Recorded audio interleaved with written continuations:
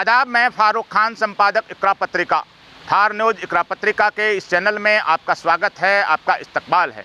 लोकसभा चुनाव 2024 की जो हमारी कवरेज यात्रा है वो उत्तर प्रदेश के जो अलग अलग गांव कस्बों से होती हुई लखनऊ आई है। और लखनऊ में आज हम जो ऐतिहासिक अंबेडकर पार्क है उस अंबेडकर पार्क के अंदर हैं। इस अंबेडकर पार्क का जो निर्माण है, जो बहुजन समाज पार्टी की जो सुप्रीमो हैं मायावती, उनके शासनकाल के अंदर हुआ था और 14 अप्रैल 2008 को इसका उद्घाटन हुआ था, जिस दिन बाबा साहेब डॉक्टर भीमराव अंबेडकर की जयंती है।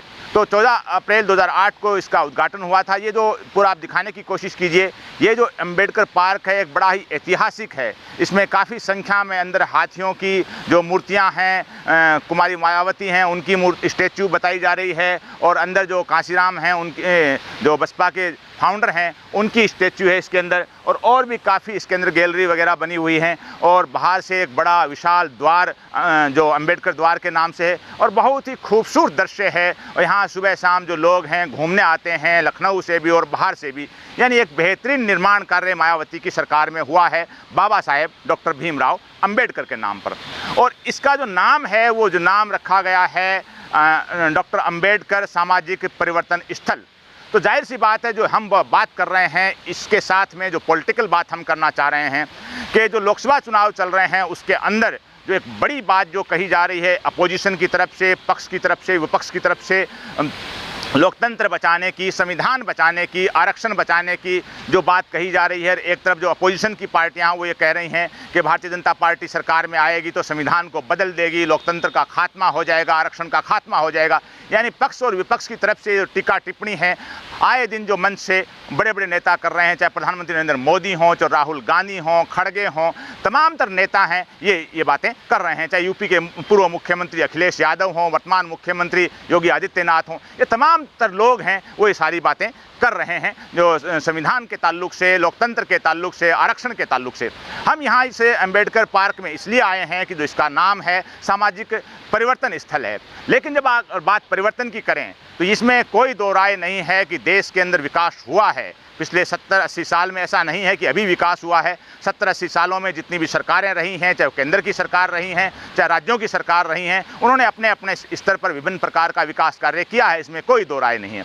लेकिन जहाँ तक हम हमारे संविधान की बात करें, जिस संविधान के निर्माता थे बाबा साहेब डॉक्टर अंबेडकर, जिनके नाम पे पार्क बनाया गया है, तो डॉक्टर अंबेडकर ने जिस संविधान को बनाया था वो संविधान हर नागरिक को बराबरी का दर्जा देता है, हर नागरिक को जो साथ न्याय करने का, हर नागरिक को आगे बढ़ने का अवसर देता है, हर नागरिक को इज्जत से, सम्मान से जीने का अधिकार देता है। यानी भारत का संविधान है वो दुनिया के अंदर एक बेमिसाल संविधान बाबा साहेब डॉक्टर अंबेडकर ने बनाया था, और उन्हीं के नाम पर मायावती ने ये परिवर्तन स्थल बनाया था। तो जो परिवर्तन की बात जहाँ तक आई तो हम राजस्थान का हमने इलाका देखा, हरियाणा का देखा, हमने दिल्ली का इलाका देखा, यूपी के भी हम गांव कस्बों में घूमे, राजधानी लखनऊ में भी घूमे। तो परिवर्तन की जब बात आती है तो किसानों को चेहरे को देखिए, आप मजदूरों के चेहरों को देखिए, आप छोटे व्यापारियों के चेहरों को देखिए, ठड़ी ठेले वालों के चेहरों को देखिए, रिक्शे वालों को चेहरों को देखिए, ऑटो वालों को देखिए, जो दिहाड़ी मजदूर हैं, तमाम तरह को आप देखेंगे तो परिवर्तन है वो उस स्तर पे नहीं आया जहां आना चाहिए था। जो चिंता की लकीरें हैं लोगों के चेहरों पर, चाहे वो बेरोजगारी को लेकर के हो, चाहे महंगाई को लेकर के हो, चाहे और कोई चीज़ें हो, चिंता की लकीरें, अभाव, अन्याय, असमानता की वो स्पष्ट नज़र आती हैं। और ये ऐसा भी नहीं है कि जिन लोगों के चेहरों पे जो चिंता की लकीरें हैं, आप भी किसी न किसी गांव के, शहर के होंगे, वहाँ भी ऐसे लोग होंगे, वहाँ भी किसान हैं, मजदूर हैं, पिछड़ा तबका है, दलित हैं, माइनॉरिटी है, अगड़ा है, पिछड़ा, यानी हर तबके के लोग आपके भी गांव और शहर में होंगे। और जो लोग अभावग्रस्त लोग हैं, जिनके साथ अन्याय हो रहा है, जिनके साथ विभिन्न प्रकार के अत्याचार हो रहे हैं, उनके चेहरों पे जो चिंता की लकीरें हैं, चाहे महंगाई को लेकर के हैं, चाहे और किसी किस्म के अत्याचार को लेकर के हैं, चाहे बेरोजगारी को लेकर के हैं, आप भी आए दिन देख रहे होंगे। यानी हमारा जो इतना बेहतरीन संविधान होने के बावजूद 70-80 सालों में हमने लोगों के उस अंदाज में आंसू नहीं पहुंच सके जैसे पहुंचना चाहिए था।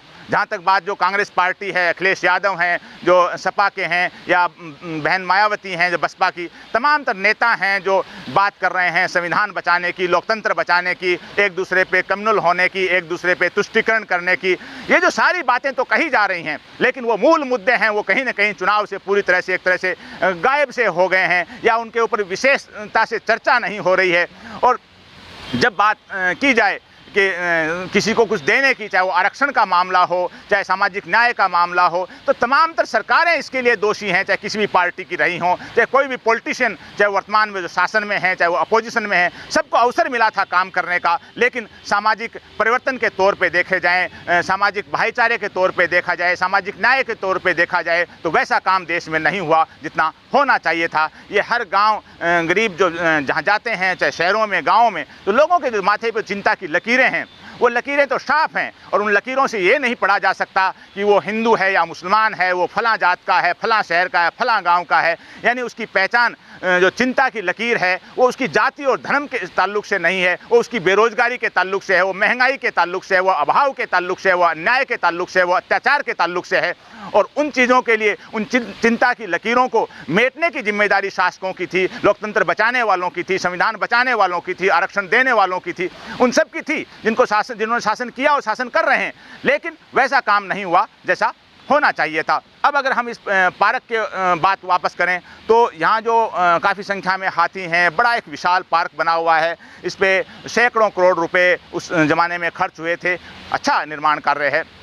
लेकिन मायावती जो दलित समुदाय से, सबसे पहले उन पे बात कर लेते हैं, तो दलित समुदाय है, आदिवासी समुदाय है, जिनके नाम पर जो बातें की जा रही हैं, बड़ी बड़ी जो आरक्षण के नाम पर बातें की जा रही हैं, लेकिन ये बिल्कुल जगजाहिर है कि आज भी जो दलित भाई हैं, आदिवासी भाई हैं, वो बड़ी संख्या में अभाव का जीवन गुजार रहे हैं, उनको वो न्याय नहीं मिला। लेकिन जो ये तमाम तरह जो चीज़ें हैं, वो अपने आप में जो देखने लायक तो हैं, लेकिन ये बता रही हैं कि जो सामाजिक परिवर्तन स्थल है, उस सामाजिक परिवर्तन स्थल की स्थापना के साथ में समाज में परिवर्तन करने के लिए बहन मायावती ने क्या कोशिशें की, ये आज भी एक बहुत बड़ा प्रश्न चिन्ह है। जहाँ तक अखिलेश यादव की बात है, जो समाजवादी पार्टी से मुख्यमंत्री रहे हैं, एक बार वे मुख्यमंत्री रहे, 3 बार उनके पिताजी मुलायम सिंह जी मुख्यमंत्री रहे, उन लोगों ने समाजवाद का नारा लगाया, उन लोगों ने लोहियावाद का नारा लगाया। सामने जेपी नारायण के नाम से भी कोई पार्क वगैरह स्मारक बना हुआ है, इसी के सामने एक भवन बड़ा सा। तो जो सपा के लोग हैं, सपा के नेता हैं अखिलेश यादव, ये लोग जो समाजवाद की बात कर रहे हैं, समाजवाद क्या है? लोगों को बराबरी से जीने का अधिकार, भाईचारे से जीने का अधिकार, किसी के साथ भेदभाव नहीं हो, किसी के साथ अन्याय नहीं हो, किसी के साथ अत्याचार नहीं हो, ये समाजवाद है। लेकिन अगर बात की जाए तो अखिलेश यादव का जो 5 साल का शासन था, उनके पिताजी के जो 3 बार मुख्यमंत्री रहे, वो शासन देखा जाए तो आज भी अगर वो शासन अगर समाजवाद का शासन था, तो आज यूपी के गांव और शहर के कस्बों में जो लोग रह रहे हैं, जो मजदूर हैं, किसान हैं, जो रिक्शे वाले हैं, ठेले वाले हैं, जो गरीब गुरबा लोग हैं, उनके माथे पे चिंता की लकीरें क्यों हैं? क्यों आज वो अभावग्रस्त जीवन जी रहे हैं? ये साफ साफ हमने लखनऊ की गलियां देखी हैं। बड़ा मतलब जो गंदगी का मामला हो, लोगों की बेरोजगारी हो, बेकारी हो, ये तमाम तर चीज़ें जो चिंता की लकीरें हैं लोगों के माथे पे साफ साफ हैं। यानी जो समाजवाद की बात अखिलेश यादव कर रहे हैं, वो समाजवाद न होकर के एक तरह का परिवारवाद है। और परिवारवाद इसलिए भी हम कह सकते हैं कि अखिलेश यादव ने जो टिकट दिए हैं, ख़ास तौर से 5 टिकट जो खुद के परिवार को ही जो दिए हैं। और दूसरी बात, जो इनके अंदर जो अखिलेश यादव बात करते थे या इनके बारे में जो बात की जाती थी, मुलायम सिंह जी के बारे में बात की जाती थी, MY समीकरण यानी मुस्लिम और यादव समीकरण, अखिलेश यादव ने मुस्लिम के तौर पे 4 उम्मीदवार उतारे हैं और यादव के तौर पे 5 उम्मीदवार उतारे हैं, और यादव पाँचों के पाँचों उनके परिवार के लोग हैं। तो ये क्या समाजवाद है? क्या समाजवाद यही है अखिलेश यादव का? जिस तरह से बहन मायावती ने जो इतना बड़ा विशाल ये जो बनाया है, इसमें सैकड़ों करोड़ रुपए लगाए हैं, अच्छी बात है, लेकिन उनके राज में दलितों का क्या विकास हुआ? वो दलितों के साथ जो अत्याचार हो रहे हैं, दलितों के किसी भी प्रकार के साथ अन्याय हो रहा है, उसके लिए रोडों पे कहाँ उतर रही हैं? हमने पिछले 10 साल में देखा, हमने कहीं मायावती ने कहीं आकर के कोई रैली नहीं की, कहीं मायावती ने कोई धरना प्रदर्शन नहीं किया, कहीं मायावती ने कोई भूख हड़ताल नहीं की। यानी दलितों पे, आदिवासियों पे जो अत्याचार होते रहे, लेकिन मायावती भी पूरी तरह से खामोश रही। तो जिस तरह से मायावती ने खुल करके किसी किस्म का दलितों का, आदिवासियों की पीड़ा के अंदर अपना मुंह नहीं खोला, उसी तरह से अखिलेश यादव का भी समाजवाद है। यानी वहाँ नाम का समाजवाद है, असल में पूरा का पूरा अपने एक घर की जो परिवारवाद है।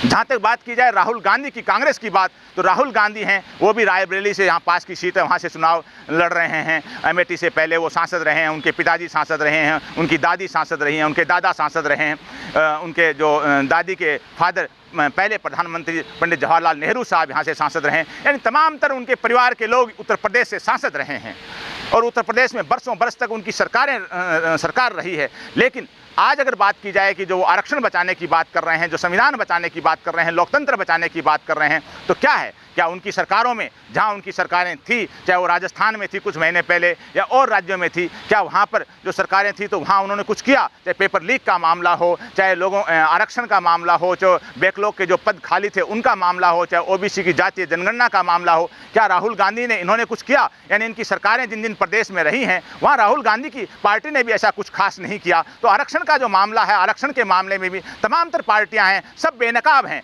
लोग बात करते हैं आरक्षण बचाने की, लोग बात करते हैं बैकलॉग के जो फार्म भरने की, लोग बैकलॉग की जो पोस्टें हैं उनको भरने की, लोग बात करते हैं जातीय जनगणना की, लोग बात करते हैं भाईचारे की, बराबरी की, लेकिन जहाँ तक बात आती है तो चाहे कांग्रेस का शासन हो, चाहे सपा का शासन हो, सब शासन में एक जैसा ही माहौल रहा है। जहाँ तक प्रधानमंत्री नरेंद्र मोदी की बात है तो मोदी भी हर मंच से बड़ी बातें तो करते हैं, लेकिन अगर 10 साल के शासनकाल में देखा जाए तो 2014 के अंदर वो शासन में आए थे, उस वक्त उन्होंने नारे लगाए थे, जगह जगह पूरे देश के अंदर नारे लिखे गए थे, उसको सोशल मीडिया पे और प्रिंट मीडिया, इलेक्ट्रॉनिक मीडिया के जरिए उनको चलाया गया था।